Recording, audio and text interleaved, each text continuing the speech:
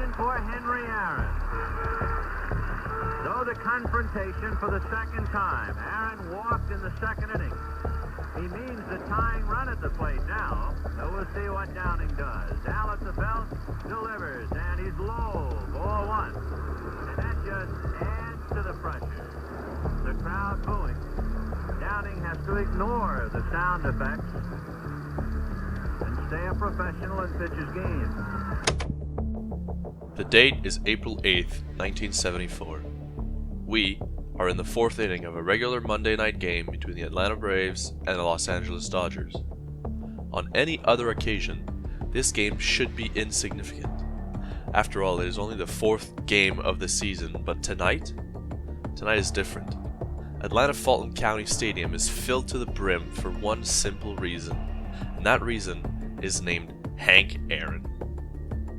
Aaron, a 20-year veteran of the MLB, is sitting at 714 home runs, tied with the all-time home run leader, Babe Ruth, a record that has stood since 1921, one of the most sacred records in baseball and perhaps the most significant record. For the past 40 years, the Babe, a baseball and American icon, stood alone on top of the list, but tonight he is joined by Hank Aaron, an African-American man from Mobile, Alabama. This could be a significant moment in the history of Major League Baseball, sports, and America. It is currently 9:07. The count is 1 ball, no strikes. Dodgers pitcher Al Downing throws a fastball to Hank Aaron, and the legendary Vin Scully is on the call. Welcome to a moment in history. 1 ball and no strike. Aaron waiting. The outfield deep and straight away. Fastball is a high drive in the deep left center field. Buckner goes back to the fence. It is gone.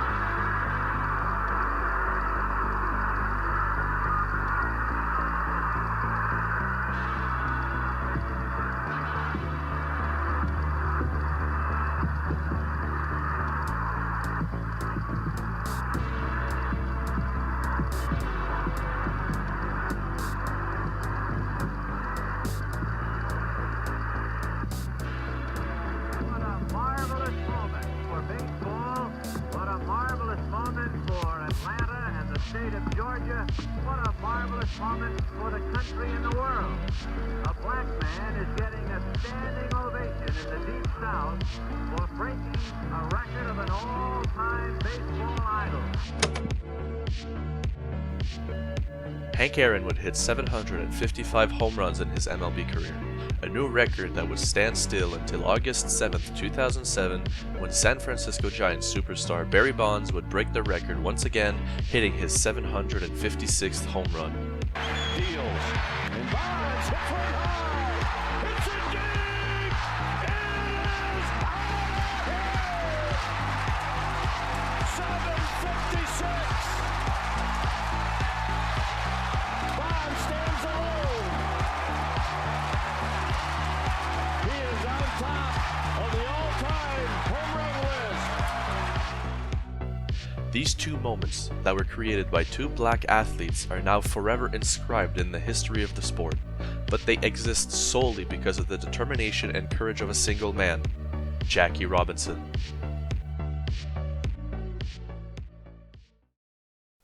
Anyone today who is interested in baseball, whether they are die-hard fans, like me, or casual watchers, know who Jackie Robinson is. The MLB, the teams, and the players have done a wonderful job in the past decades to honor his memory and inform everyone on what kind of person Jackie Robinson was and what he brought to the game of baseball and to Major League Baseball.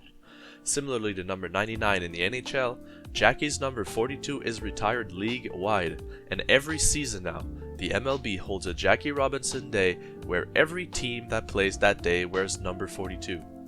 In 2013, the late Chadwick Boseman would even portray Robinson in the movie 42. But how did we get here? How did Robinson's legacy reach the point where it is at today? This is the question we will investigate and solve together. But firstly, to better understand his legacy, we should learn a little bit about the man, don't you think?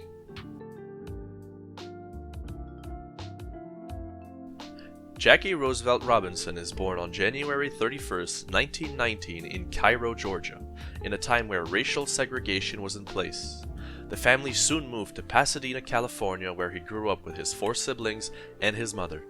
It became evident early on that Jackie had an athletic ability, and when he enrolled at UCLA, he played on the football, basketball, track and field, and baseball team.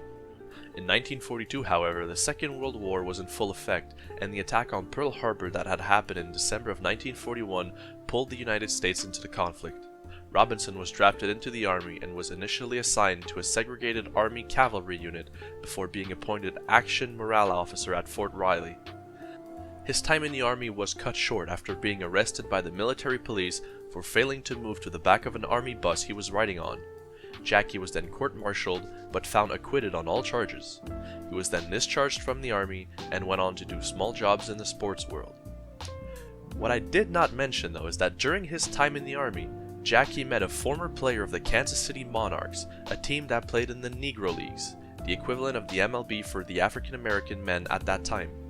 Jackie was encouraged by that former player to write to the Monarchs asking if he could try out for the team, and so he sent a letter to the co-owner of the Monarchs, Thomas Baird.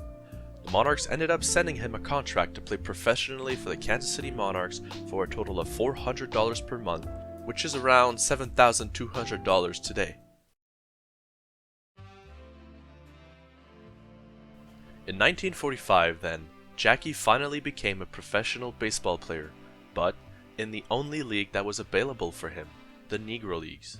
The Negro League was itself the equivalent of the MLB for African American players and worked similarly to the MLB with both an American League and a National League. The winner of both leagues would win the pennant and play each other in the World Series. In a sense, this league was almost as good as the actual MLB. A lot of talents comprised the multiple teams of the league. Players that have since been recognized for their talents, such as Hall of Famer and 8 times All-Star Satchel Paige, Hall of Famer 12 times All-Star and 2 times Triple Crown winner John Gibson, 3 times All-Star Buck O'Neil, and Hall of Famer Buck Leonard, for example. Robinson's career in the Negro Leagues would only span for 34 games, but in those 34 games, he already proved his great talent. His batting average of .375 is second only to Ed Steele, a 4-year veteran of the league. Now, looking at these numbers, you might notice that in these 34 games, Jackie only hit 4 home runs. Anyone with some knowledge in baseball statistics will know that this number is pretty low, but you will be surprised to hear that with his 4 homers, Robinson led the entire American League in that category. His National League counterpart, John Gibson, led the entire league with 8 home runs. In comparison with the MLB, the home run leader in 1945 was Tommy Holmes of the Boston Braves with 28 home runs. This large difference in home runs can be explained because of the lesser amount of games played between the MLB and the NLB. 154 games for the MLB, between 50 to 90 games for the Negro League teams. The lack of funding sometimes and the loss of scorecards also meant some games were not played or some statistics got lost in the time. During his sole season with the Monarchs, Robinson quickly got noticed by the baseball world and by Brooklyn Dodgers general manager Branch Rickey. The Dodgers and Mr. Rickey had been wanting to bring in a black player on their roster for a while, but they were waiting for the right person who would not fight back against the racial taunts he would endure. Branch Rickey famously said he was looking for a ball player with guts enough not to fight back. Jackie Robinson agreed to the demands of Mr. Rickey and was signed by the Dodgers. In order to prepare him for the major leagues, Jackie was sent to the Dodgers minor league team for the 1946 season. This is where Jackie Robinson's story takes a local turn. At this time, the Dodgers minor league team was the Montreal Royals, and so for the 1946 season, Jackie played in Montreal. Jackie's debut in Montreal was very much anticipated with Delormier Stadium filled to the brim. Everyone in Montreal was excited to see this new player in town. Even the legendary Maurice Rocket Richard was in attendance to see Robinson's debut with the Royals, and boy was it phenomenal. Jackie went 4 for 5 with a homer, 2 stolen bases, 4 runs scored, and 4 runs batted in. This game also led to one of the most famous pictures of Robinson. His second at-bat resulted in a triple, and when Robinson crossed home plate, his teammate George "Shotgun" Shubba reached out to shake his hand. This moment was immortalized and became the first known interracial handshake in professional baseball. During his year with the Royals, he played 124 games and accumulated a batting average of .349, 66 RBIs, 3 home runs, and 40 stolen bases. Jackie was wildly loved in Montreal, and he himself loved the city in return. In his autobiography, My Own Story, he wrote, "As my plane roared skyward and the lights of Montreal twinkled and winkled in the distance, I took one last look at this great city, where I had found so much happiness." Robinson said, "I don't care if I never get to the majors. I told myself, this is the city for me. This is paradise." After his great year with the Royals, Branch Rickey and the Dodgers management felt he was finally ready to play in the MLB and break the color barrier. So, in 1947, Robinson was called up to the big club, the Brooklyn Dodgers.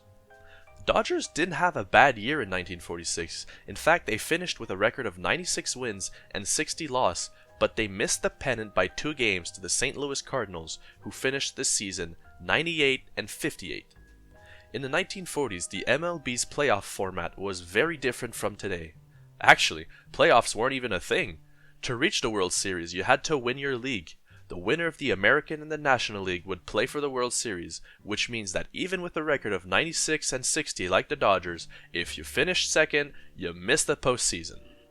The Cardinals would end up winning it all in 1946, and the Dodgers management felt they needed a little help at first base. Their first baseman in 1946, Ed Stevens, had a pretty poor season, accumulating the lowest WAR on the team.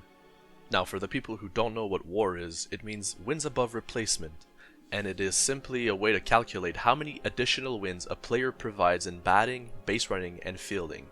The most basic thing someone needs to know about WAR is the higher a player's WAR is, the more wins he brought to the team. The lower the WAR is, he cost his team wins. Now in 1946, Ed Stevens had a WAR of 0.7, which means he didn't even bring 1 win to his team. And so, for the 1947 season, even though Jackie Robinson was a natural shortstop player, the Dodgers would have him play at first base. And so, here we are, the moment in history. We are now April 15th, 1947. We are at Ebbets Field in Brooklyn, the home of the Dodgers, and for the first time since the creation of the league in 1903, an African American would take the field with white teammates in the MLB. Nowadays, tickets to any kind of debut or event like this would be incredibly expensive, but surprisingly, this game was not even a sellout. Actually, a smallpox scare being the culprit. Although the stadium might not be full, it was a perfect day for baseball. Blue skies with a chill breeze. Jackie's day was probably not what he wanted to do on his Dodger debut though. 0 for 4 at bat, and he also hit into a double play. He did score the go-ahead run in the bottom of the 7th inning on a double to right field by center fielder Pete Reiser. The Dodgers ended up winning the game to the score of 5-3, and even though Jackie Robinson's performance was not up to his standards, he had done perhaps the greatest feat in baseball history. The color barrier was broken. This did not mean, however, that racism and injustice was fixed like that. It was still very present. Sports writer Arthur Daly of the New York Times wrote after the game, "The debut of Jackie Robinson was quite uneventful, even though he had the unenviable distinction of snuffing out a rally by hitting into a remarkable double play. The muscular Negro minds his own business and shrewdly makes no effort to push himself. A veteran Dodger said of him, 'Having Jackie on the team is still a little strange, just like anything else that's new. We just don't know how to act with him, but he'll be accepted in time. You can be sure of that. Other sports have had Negroes. Why not baseball?' Other than in the press, like Mr. Branch Rickey predicted, Robinson was also the victim of several racial taunts and intimidation by other teams. One example of such happened in May 1947 when the Brooklyn Dodgers hosted the Philadelphia Phillies. Robinson was severely heckled and taunted by the Phillies staff. Phillies manager Ben Chapman had even told his players to call Robinson anything and everything they wanted. He even joined in on the taunting by telling Jackie to go back to the cotton field. Mr. Chapman would defend his words by saying taunting opposing players has been a part of the game since before he was born, but the racist comments were reported by a Dodger fan to the office of the baseball commissioner, Happy Chandler, who in return wrote a letter to the general manager of the Phillies stating, "No favors should be granted Robinson from the bench, but there is a limit to everything," and he thought that hurling racial epithets was beyond that limit. The day after that incident, to try and save whatever remained of the image of Ben Chapman, the Phillies organized a photo shoot between Robinson and Chapman, which led to this famous picture between the pair. Now for some good news, Jackie would finish his rookie season with the Rookie of the Year award, accumulating during the year a batting average of .297, 12 home runs, 48 RBIs, and a league-leading 28 stolen bases. This performance and the one of his teammates on the Dodgers was enough to lead them to the 1947 World Series, where they would ultimately fall to the crosstown rivals, the mighty New York Yankees. Ultimately, Jackie's rookie season was one full of challenges for him and for the Dodgers. When playing Southern teams, they were frequently refused services in hotels or restaurants, but it did create a path for other non-white players to join the MLB. He is often forgotten and hidden in Jackie's shadow, but 11 weeks after Robinson's debut with the Dodgers in the National League, the American League, and the Cleveland Indians would also bring in a black player on their team, Larry Doby. He would face the same treatment as Robinson, suffering from racial comments and segregated services, but like Jackie, he pushed through it and changed baseball forever. Doby would also be the first non-white player to win the World Series, doing so in 1948. It still remains as Cleveland's last world championship. Jackie would have to wait a little longer to taste victory, obtaining a world championship only in 1955, but in the meantime, he did snatch the MVP award in 1949 and the batting title, posting a league-leading average of .342, 37 stolen bases, along with 124 runs batted in, 122 runs scored, 16 home runs, and a career-high 12 triples. 1949 would also mark his first of 6 consecutive All-Star appearances. The remaining of Jackie's career would follow the same lines. He batted over .300 for the next 5 years, until 1955, when he fell to a still very good .256 average. He averaged between 10 to 20 home runs a year, with 2 consecutive years hitting career-high 19 home runs. Although he would never reach his stolen base numbers from 1949, Jackie was still incredibly valuable on the base paths. He would participate in 6 World Series, winning his only one in 1955 against the Bronx Bombers, who had just finished a 5-year championship dynasty spanning from 1949 to 1953. It is still to this day the longest consecutive championship dynasty in MLB history. Jackie, who was now 36 years old, would unfortunately have a pretty poor performance in that 1955 World Series, batting only .182 in the first 6 games of the series. He was ultimately benched by the Dodgers manager Walter Alston for Game 7. Jackie would ultimately retire at the end of the 1956 season at the age of 37. The Dodgers once again made it to the World Series in that year, and they once again lost to the Yankees. But Jackie finished this season with a very respectable .275 batting average, 12 stolen bases, 10 home runs, 43 runs batted in, and 61 runs scored in 117 games. His career total stats amount to the following.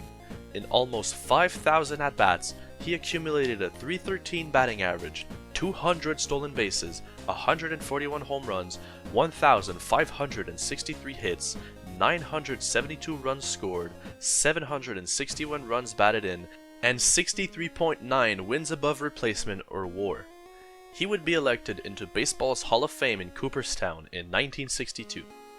And so, a short 10 years after breaking the color barrier, Jackie left the sport of baseball, passing the torch to new talents such as Willie Mays, Roberto Clemente, Don Newcomb, Ernie Banks, and of course, Henry Aaron.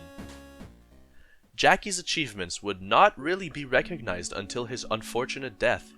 He had already suffered a heart attack in 1968, and complications from heart disease almost made him blind. He died at his home in Connecticut on October 24, 1972. He was 53 years old. Wow, this chapter was a pretty long one, but Jackie's career cannot be compressed in 5 minutes, obviously. And I also skipped over most of his career. I obviously could not talk about everything he did, but I feel like I addressed the most important parts. Now then, let's focus on the actual legacy of Jackie Robinson, the people who took inspiration from him, the events and celebrations in honor of number 42.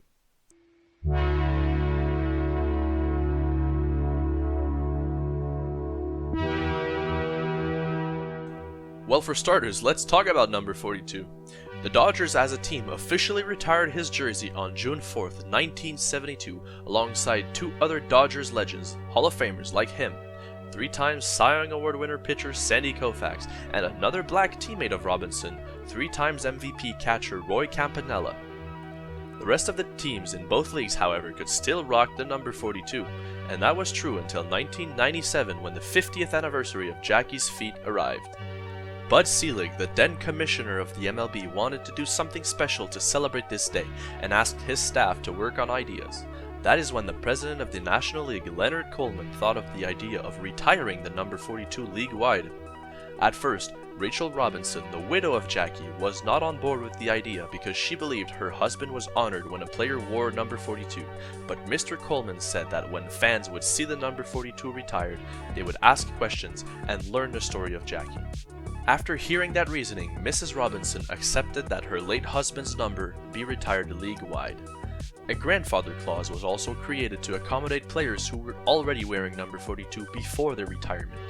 They were allowed to keep the number 42, but new players would not be allowed to wear it.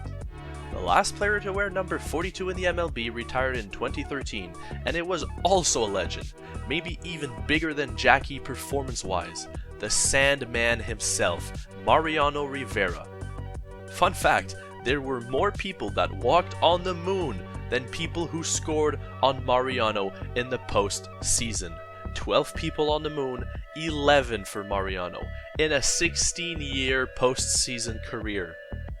The number 42 would only be used by players with the grandfather clause until 2007, when Ken Griffey Jr. called the MLB commissioner Bud Selig, asking if he could wear the mythical number 42 on April 15th. After getting approval from Mrs. Robinson, Selig called back Griffey and told him he could wear it with one condition: everyone else could also wear it. And so the tradition started on April 15th, 2007. Only a couple of players and teams wore the number, but in 2008, the number of players wearing it doubled, and in 2009, the entire league wore number 42 on April 15th. From 2009 and forward, April 15th is now known as Jackie Robinson Day, and every team wears a blank jersey with only the name of their team or city on the front, and the blue number 42 on their back. Now, if you hadn't noticed, I've mentioned Rachel Robinson a couple of times now, and for a good reason. After the death of Jackie, she took over the legacy of her husband and took over the Jackie Robinson Development Corporation, a company that was originally created by Jackie, which is responsible for the construction of low to moderate income housing. In 1973, she also created the Jackie Robinson Foundation. The foundation provides 4-year scholarships and provides support services such as career guidance, internship placements, and other leadership opportunities to college students with limited financial resources. During his living days, Jackie was also a very active member of the civil rights movements across the United States. He used his celebrity to try and change the life of visible minorities in the United States. Jackie was also an active member of the NAACP, and he often featured at civil rights rallies, including the famous 1963 March on Washington, where Dr. Martin Luther King Jr. spoke his famous "I Have a Dream" speech. Martin Luther King and Jackie Robinson actually became really good friends and often worked together when organizing rallies and events for civil rights. In April 1968, shortly before he was assassinated, King spoke to another Dodgers legend, pitcher Don Newcomb. He said, "You'll never know how easy you and Jackie, Dobie, and Campy made it for me to do my job by what you did on the baseball field."